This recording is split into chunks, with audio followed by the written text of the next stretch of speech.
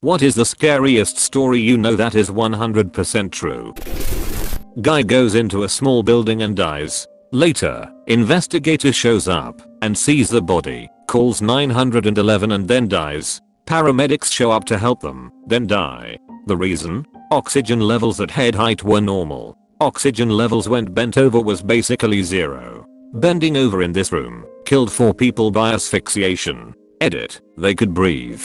The air they were breathing contained no oxygen.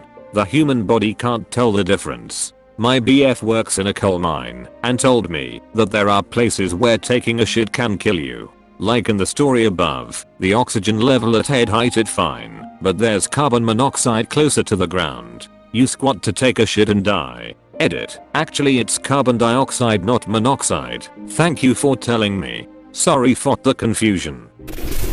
100% true as it happened to me. It's probably more spooky than scary. I'll let you be the judge. Many years ago, before there were cell phones, we had these things called pagers strapped to our hips. Someone would page you with their phone number and you would call them back when you got to a phone. As an on-call technician working in the audio-visual field, my pager would go off all the freaking time. Like most people who use pagers, our clients knew that if you followed up your number with a 911, that would indicate to the technician to stop what they were doing and call right away. Although I was always busy IRL, if ever got 911s. One afternoon traveling from Orlando to St. Petersburg via Interstate 4, my pager goes off with a number 1 don't recognize, followed by the 911. I find the first exit and pull into a little truck, stop looking place outside of Plant City to use the payphone. This takes maybe 3 minutes tops. I walk in, ask for some change and head to the wall where there are 4 payphones to choose from. I pop my quarter in and dial the number displayed on my trusty pager. It rings and rings and rings and rings. I'm thinking to myself, WTF? Who would page me with a 911 and not answer their phone? It's just about then that I notice another ringing sound in addition to the one in my ear. I pull the handset from my ear and 2 phones over on the wall another payphone is ringing, but with an incoming call. I hang up the handset and the ringing stops on the other phone. I walk a few paces over, pick up the handset, and look at the phone number printed above the buttons. I look at the number on my pager. I look at the number on the phone. I look at the number on my pager again. I look at the phone again. Except for the 911, they are identical. I kinda lose my breath for a second, and then I make my way over to the girl at the counter and ask if she saw anyone use the payphone. She said I was the only person in the store in the last hour. The whole episode probably took 15 minutes, but man, I was freaked out. The hair on the back of my neck was standing straight up, and I just wanted out of there. I get about 10 miles down the highway and come upon a scene that looked like a bomb went off. .4 car pileup involving a tractor trailer hauling a load of steel that had come loose. State troopers and paramedics just arriving. I pulled over to the side and helped the best I could, but it was all pretty much over once it began. I have no idea why I got that page, or from whom or what, but I'm convinced that if I hadn't, I would not be alive to write this today.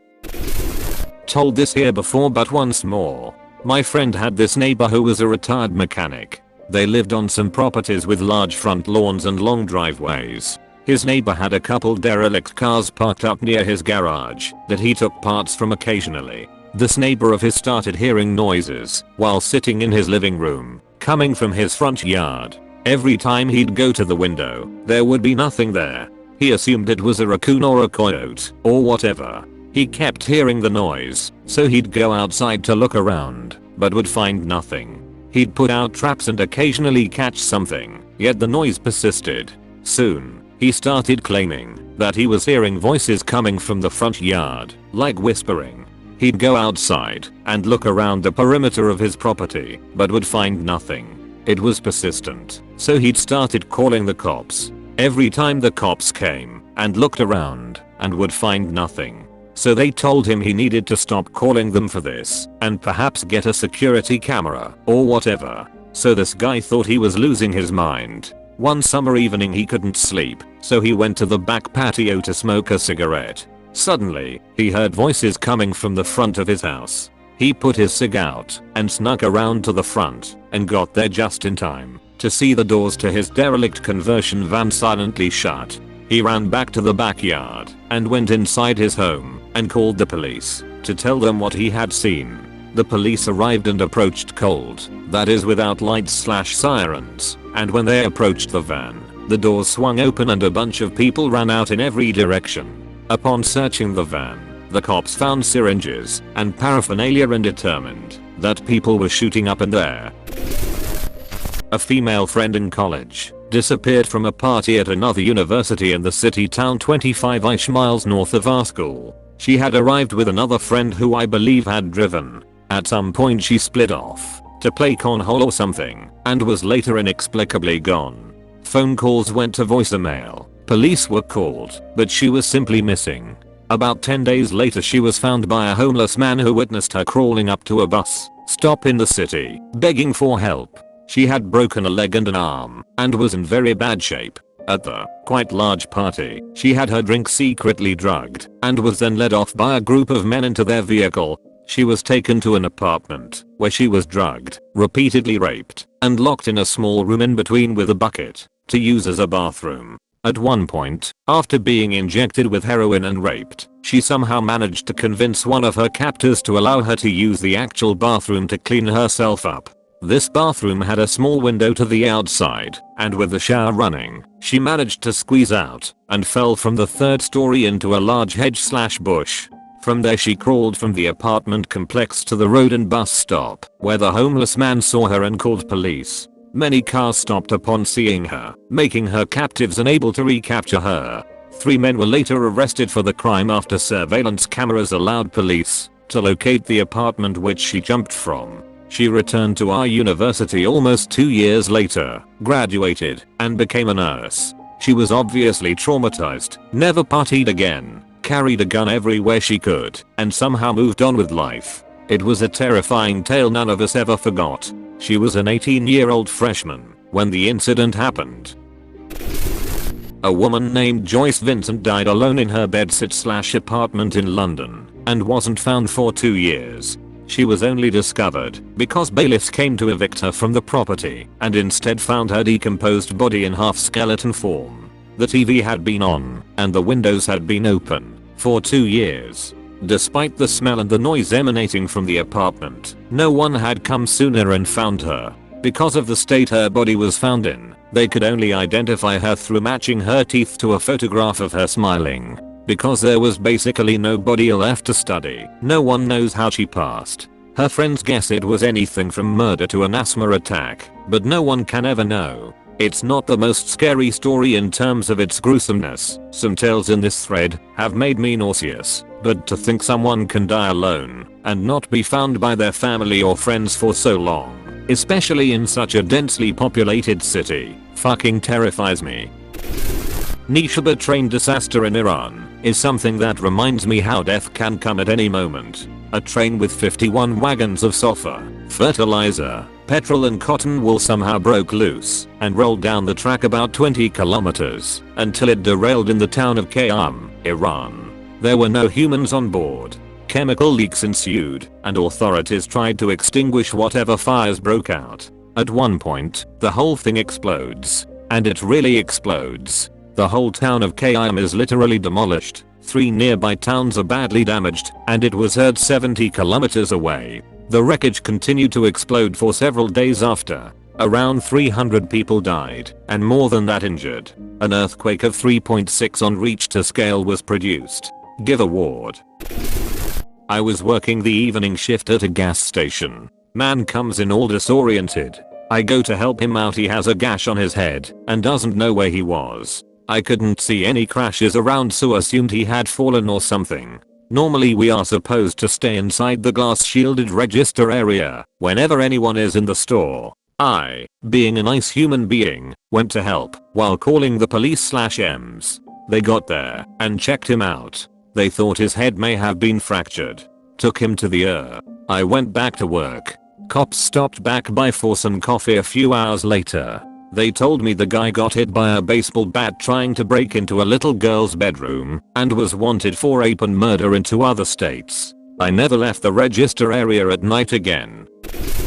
Among many others out there, this one creeps me out the most. John List killed his whole family, wife, mother, daughter and 2 sons. He meticulously planned the whole thing, cancelling all delivery services, excusing the kids from school, and even turned the air conditioning as low as possible to preserve the bodies for as long as possible. After he killed them all, he placed the bodies in sleeping bags and lined them up.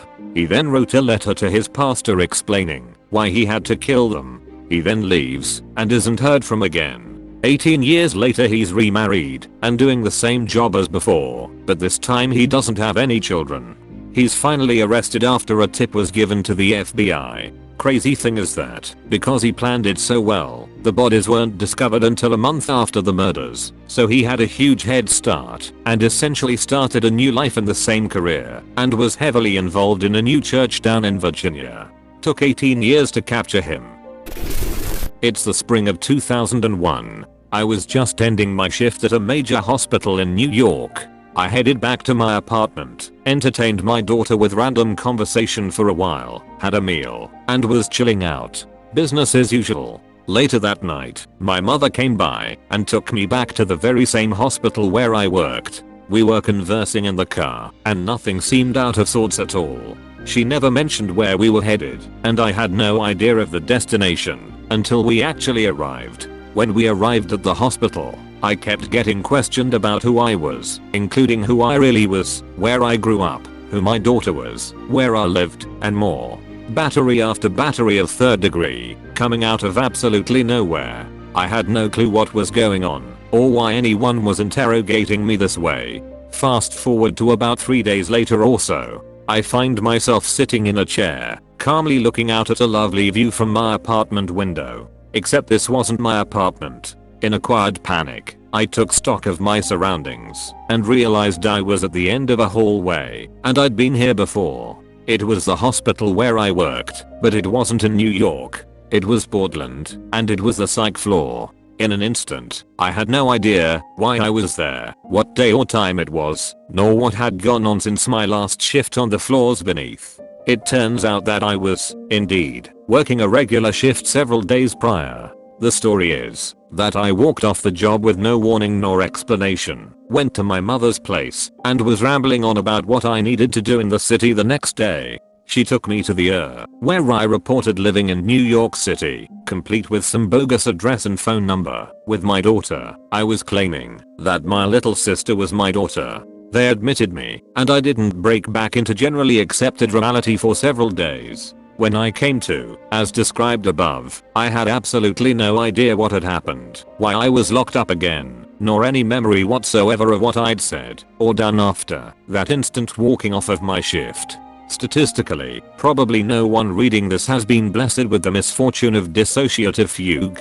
It is a rare psychiatric disorder characterized by reversible amnesia for personal identity, including the memories, personality, and other identifying characteristics of individuality. Sitting in that chair by the window at the end of a hospital hallway, when literally one instant earlier I'd been casually going about my job, felt just as disorienting and jarring as you'd imagine.